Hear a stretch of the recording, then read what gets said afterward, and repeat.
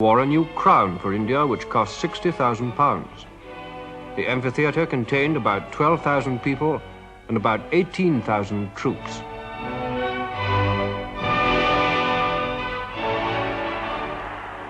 "119 princes and maharajas bowed and retracted in a ceremony which lasted a full hour. The Delhi Durbar affirmed the bond between the King-Emperor and more than 300 million Indian subjects. Africans, too, were subjects of the British Crown.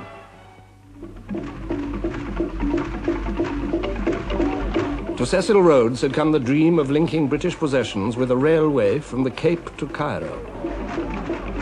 The almost unbroken pink up the map of Africa showed the dream well on the way to realization. And there were the white dominions, Canada, Australia, and New Zealand.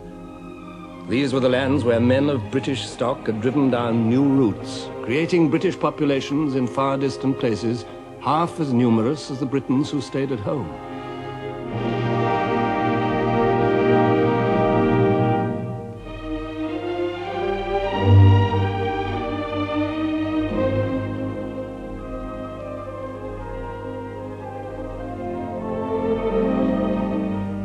In the British Isles, life for many was a struggle for daily bread.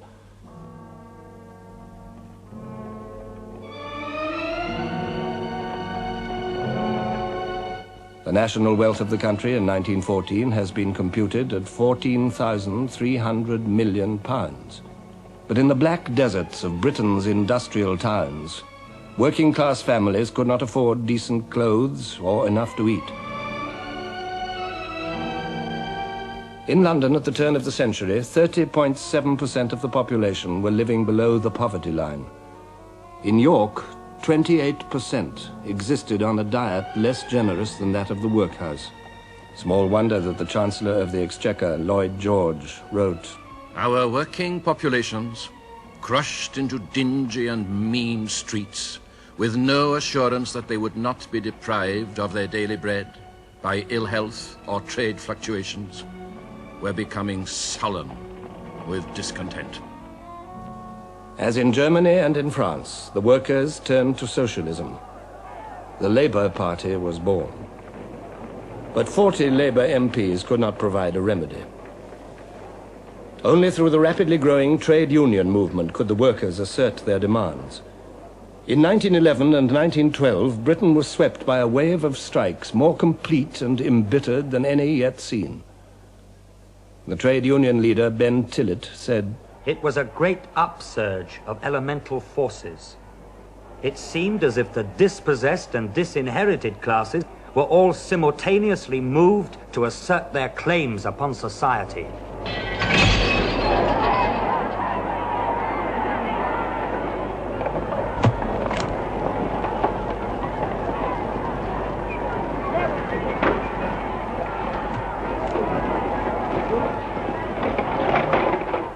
The ruling classes reacted with furious incomprehension.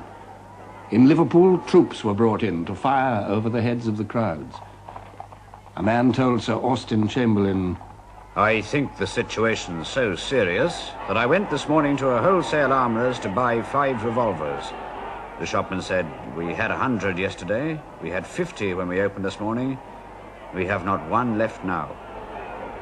This was England, facing a class struggle such as she had not seen for over half a century. Facing also the dispossessed who had nothing to do with class, the women. The old fight for women's rights received a new impetus from the militant suffragette movement. Nothing was safe from their attacks. Churches were burned, public buildings and private residences destroyed. Bombs were exploded. The police and individuals assaulted, meetings broken up. At Epsom, on Derby Day, a suffragette waited to throw herself under the King's horse.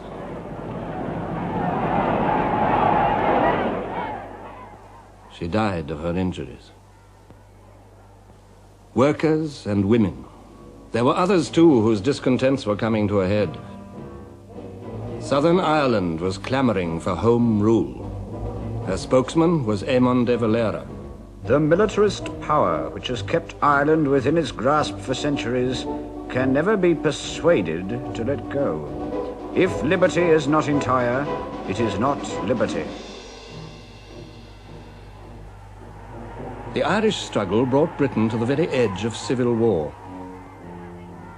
Poverty and envy, riches and arrogance, ambition and frustration, doubt and demand, these were the tensions of every industrial state. And to them were added the tensions between states themselves. In Britain, alarm grew with the growth of the German fleet just across the water. Public opinion, disunited on almost everything else, was united on the need for battleships. Each launching, whether in Barrow or in Bremen, drove Britain and Germany further and further apart. Even men as sympathetic towards Germany as Lord Haldane could say, "Peace was to be preserved, but preserved on what terms?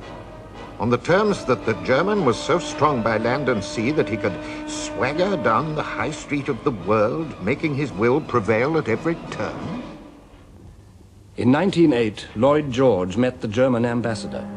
I explained to him that the real ground for the growing antagonism in this country towards Germany was not jealousy of her rapidly expanding commerce, but fear of her growing navy. But the Kaiser did not care.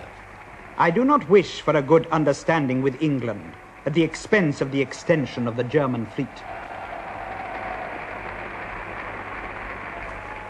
So Germany's naval dreams made Britain a potential enemy, just as her military might had kept alive the hostility of France.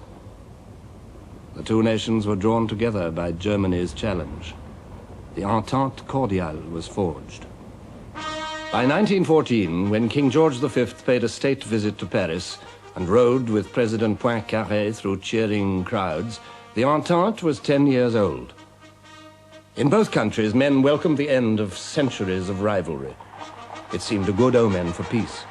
But the security offered by the Entente Cordiale was delusive. For France had another ally, on the other side of Europe, Russia. Britain, in turn, made an agreement with her. Thus, Germany found herself faced with what her statesmen had always most dreaded: encirclement, potential enemies in the West and in the East.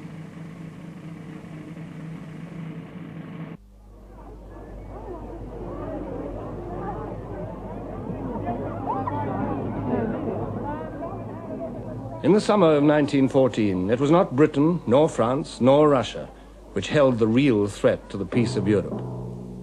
The real threat lay in the alliance of Germany's making, her alliance with Austria. This was a shackle linking the swelling vigor of Germany to the irresponsible policies of an old, decaying empire. Bismarck foresaw the danger. I shall not live to see the Great War, but you will see it, and it will start in the East. For centuries, Austria had been the leading German state, Europe's shield against the East. By 1914, her empire was an anachronism, whose fatal ambitions died hard. At the head of this ancient realm stood the Emperor Franz Joseph, 84 years old. He had reigned in Vienna since 1848, Europe's year of revolutions, when the Austrian Empire had come near to collapse. Franz Joseph held it together by a mixture of compromise and repression, but nothing could disguise its decrepitude. Lord Lansdowne wrote, "To human calculation, the Habsburg Empire cannot survive the decease of the Emperor Franz Joseph." The anachronism lingered on, upheld by this old man. Its ceremonies, its displays, its brilliant uniforms, the rigid protocol of the imperial court, the high-sounding titles, the wit, the music, the culture of Vienna, all belonged to a past which was becoming ever more at odds with the present. For this empire was not merely Austrian. It was, in the first place, a dual monarchy. The Austrians shared power with the Hungarians, who kept their own parliament and their own laws. Austrians and Hungarians together ruled over a mixture of peoples. Italians, Poles, Czechs, Ruthenians,